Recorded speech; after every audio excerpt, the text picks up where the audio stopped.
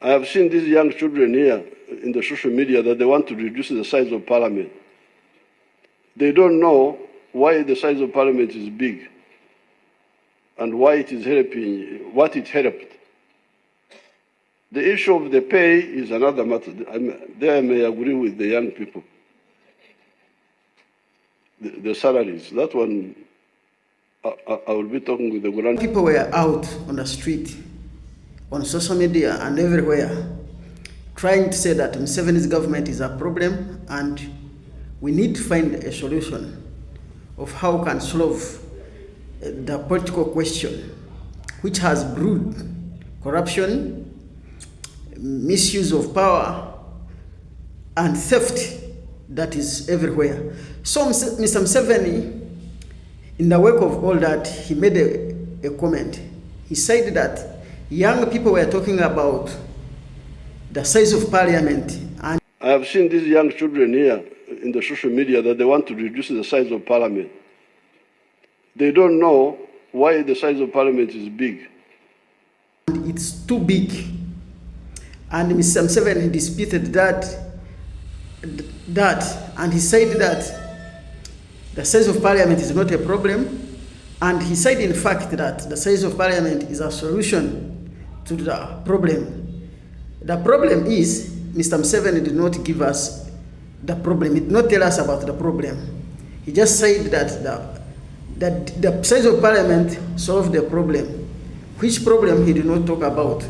And parliament did not reach where it is today because of a certain problem. It was a political game by Mr. Museveni. It's political gerrymandering. Museveni wants to use that size of parliament as a pretext to enrich his power, to survive in power. He wanted to buy the hearts of Ugandans so that he can overstay in power. But there is no any other excuse. All the program like affirmative of giving a district a woman representative, that is nonsense. It has no any implication in terms of the economy, in terms of the service delivery. Service can be delivered to any district, even if we don't have an area woman MP. If we have one MP in Chenjojo district, we can actually deliver service to any institution, any health center, or any school. Service can already reach there. So it is just an excuse for Mr. Museveni to get support of the parliament and actually to get support of gullible citizens that have given you a district, have given you a member of parliament to come and debate. What are they debating in parliament? That is a cartel of people who are stealing Uganda's economy using the law. Mr. Museveni, you are using the law and your team to steal. If you want to discuss the moral question related to that, we can discuss it. Because what I can't do as an individual, some good number of people have no right to do it. If I don't have right to use force on others, why should your government use force to steal from people? Use the law to tax people. Why? If I cannot demand a pay from the government, why should the MP demand a payment of such amount, over 30 million, over 25 million, when the drugs are not in the hospital, when schools are collapsing, when roads are full of potholes?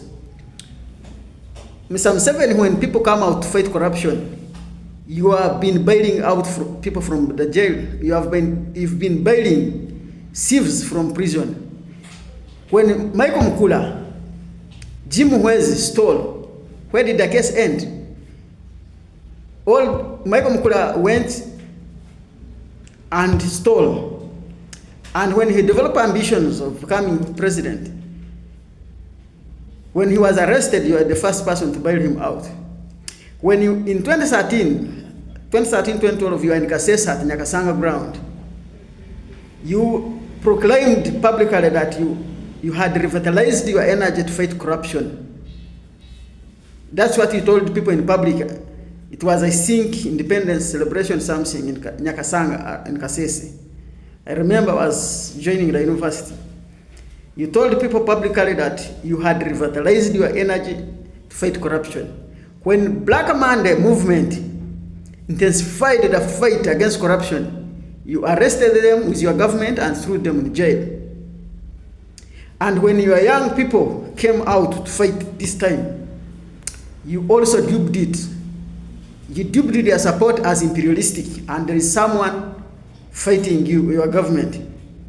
Like how Anita is saying that because it is homosexuals.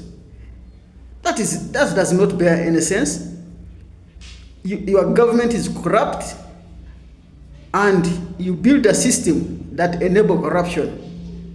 The moment you try to tamper with the system, because you are the one who built it and you are at a disadvantaged position, the system will collapse and your government will also collapse.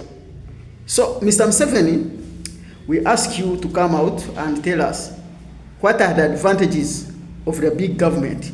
The fundamental problem, it has a structure of government that is stealing the country, and some people calling themselves leaders are presiding over it. Why do you arrest young people who accuse the corrupt lead politicians? If the power comes from people, why do you accuse the young people who come out, actually, who donated or trusted you, their power, to use it, to use it how they want? Why should you arrest them? You have done, and your government has done all this in blatant violation of the constitution. To me, I understand Uganda's constitution is at a mercy of some few individuals. It is kind of, in democracy, if we talk about freedom, it is a crap piece of paper. You are using it to do your business, not to help Ugandans with better governance or protect the rights and freedom of Ugandans. No. So we really need you to come out and show us how important is a big parliament to this economy. Because I know Ugandans do not have any say. Ugandans do not have any say. Ugandans do not have any say as far as how politicians use the power. And when they come out to say, you tear gas them, you arrest them, some of them die, some of them are in prison today. So you don't have accounting spirit or system. You cannot claim that you have voted when you cannot listen to the voters. You cannot. If at all you have voted and you believe that the system put you in place is that of the voter, then you should listen to them. So that is the challenge, and what we are talking about today seems not to mean anything to this country.